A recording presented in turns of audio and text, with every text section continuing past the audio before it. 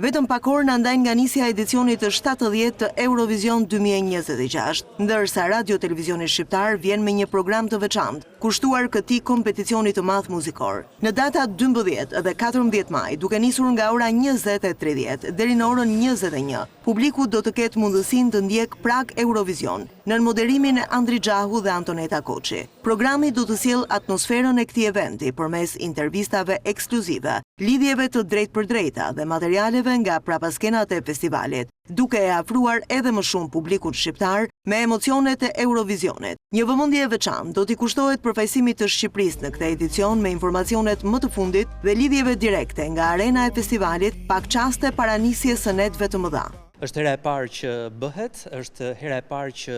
në prag të festivalit Europian të këngës të Eurovisionit të vijmë me një hapësirë të dedikuar natën e parë dhe natën e dytë gjysmëfinale në orën 20:30, menjëherë pas përfundimit të edicionit lajmeve, do të mundemi që për 30 minuta, aq sa mundemi për 30 minuta të sjellim të gjitha emocionet që ndodhin në Vjenë, në Austri, por edhe në Tiranë, ku do të kemi lidhje të drejtpërdrejta nga Vjena për të marrë emocionet, për të marrë ndjesitë, për të marrë përgatitjet, ato dridhje të duarve të artistit Alis Kallaçi, i cili do të na përfaqësojë me këngën Nan, dhe më pas do të jemi në studio me analiza të dy formave. Natën e parë do të jemi kryesisht me historikun, sepse